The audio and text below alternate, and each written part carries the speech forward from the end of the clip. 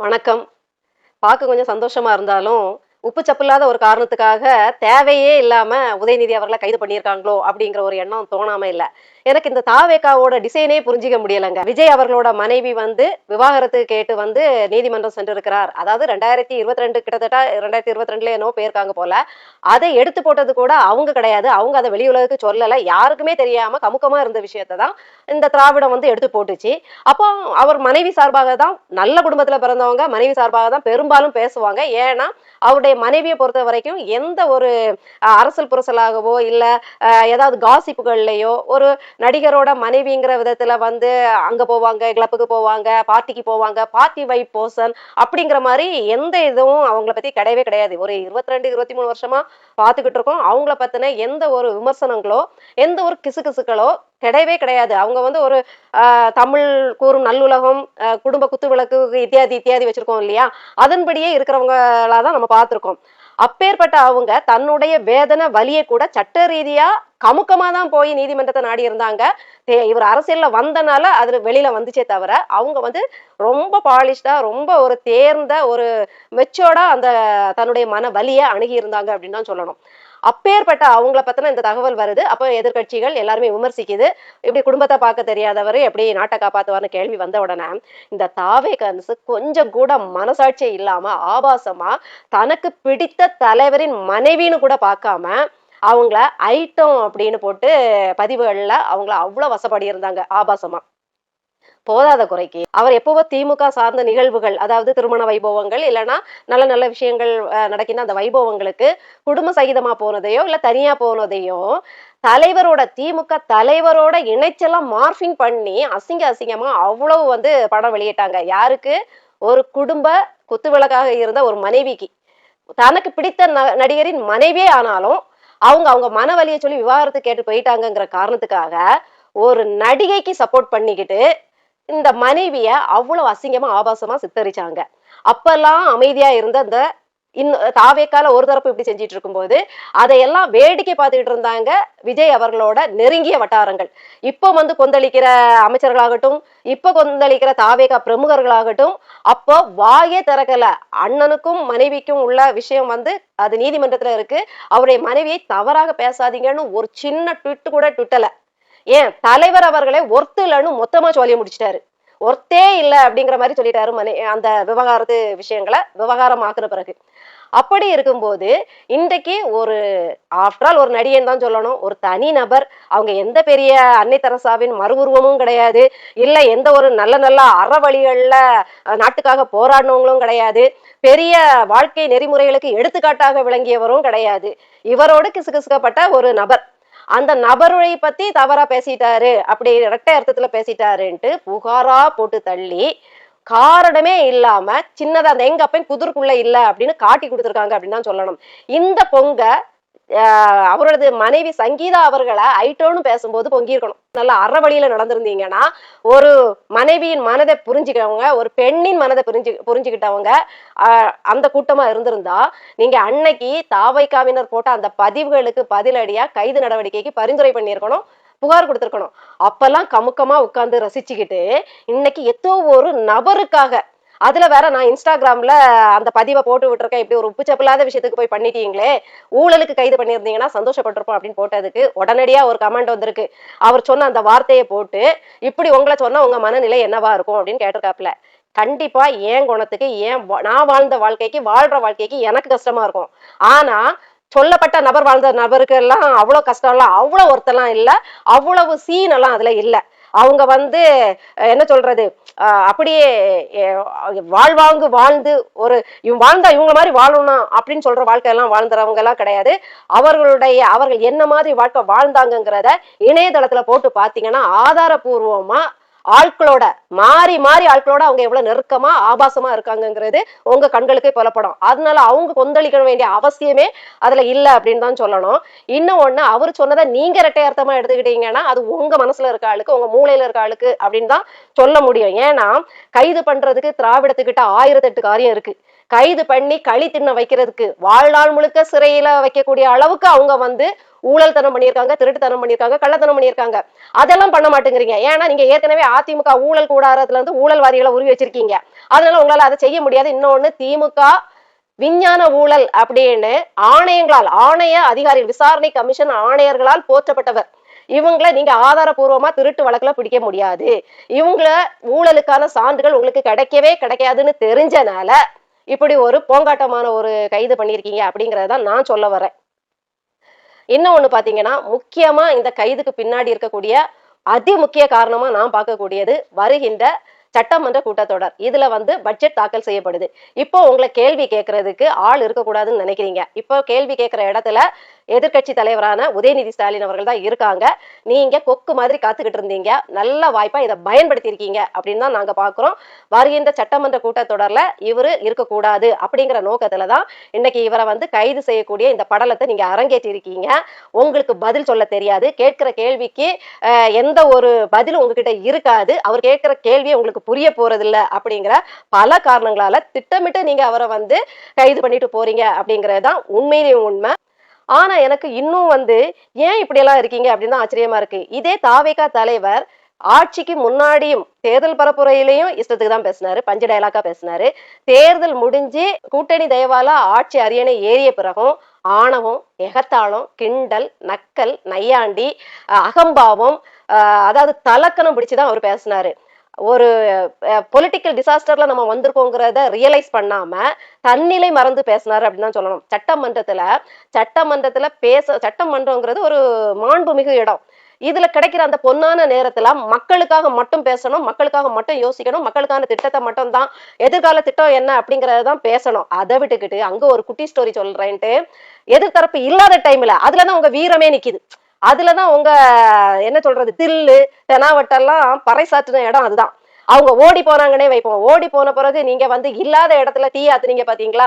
கேள்வி கேட்கணும், இல்ல எகத்தாளம் நையாண்டி பண்ணணும்னா முகத்துக்கு நேர் பண்ணணும். அதுக்கு தில் இல்லாம அவங்க போன பிறகு அப்பாவை காணோன்னு எகத்தாளம் பண்ணீங்க. அதெல்லாம் எந்த கதையில சேர்க்கறது? அது அவமானத்துல வராதா?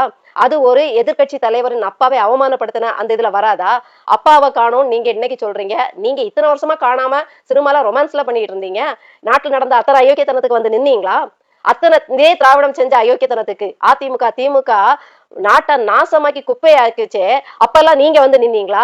அப்ப அண்ணாவை காணோன்னு தரையிலையும் நடனமாடலா போனீங்க.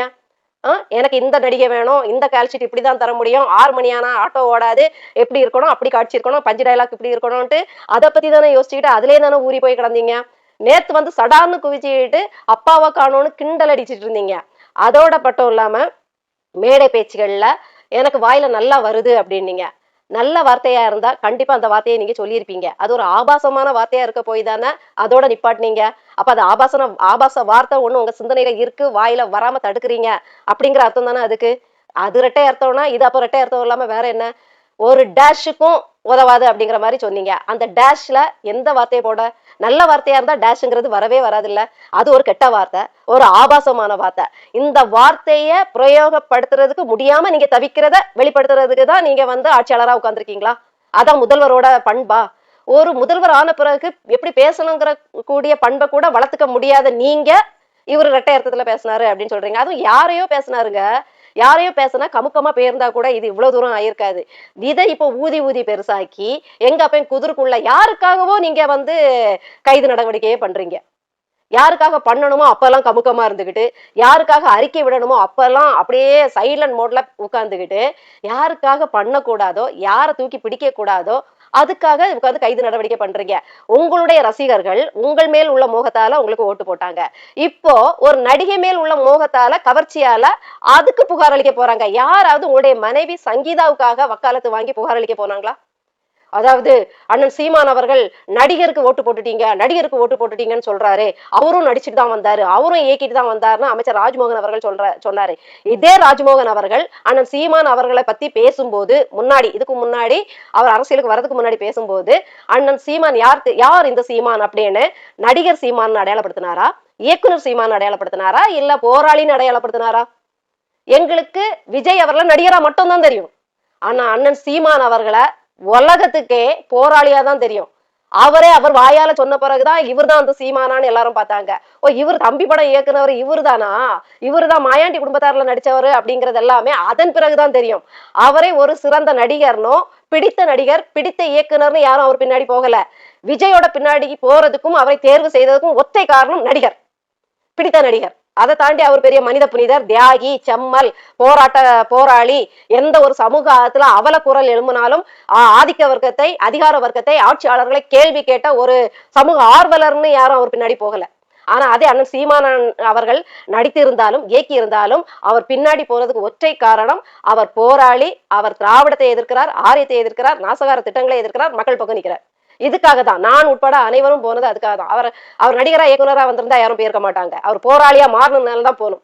இவர் எங்கே போராளியாவும் மாறல. அதனால ஒரு தலைவரை தேர்ந்தெடுக்கக்கூடிய காரணங்கள் வேறு. நீங்க விஜய் அவர்களை தேர்ந்தெடுத்த காரணம் நடிகர், நாங்கள் அண்ணன் சீமான் அவர்களை தேர்வு செய்த காரணம் போராளி அப்படிங்கிறதுனாலதான். அதை திருப்பி திருப்பி தெளிவுபடுத்துறேன். அதனால நீங்களே அவரை எப்படி அடையாளப்படுத்துறீங்கிறத மறந்துகிட்டு பேசாதீங்க.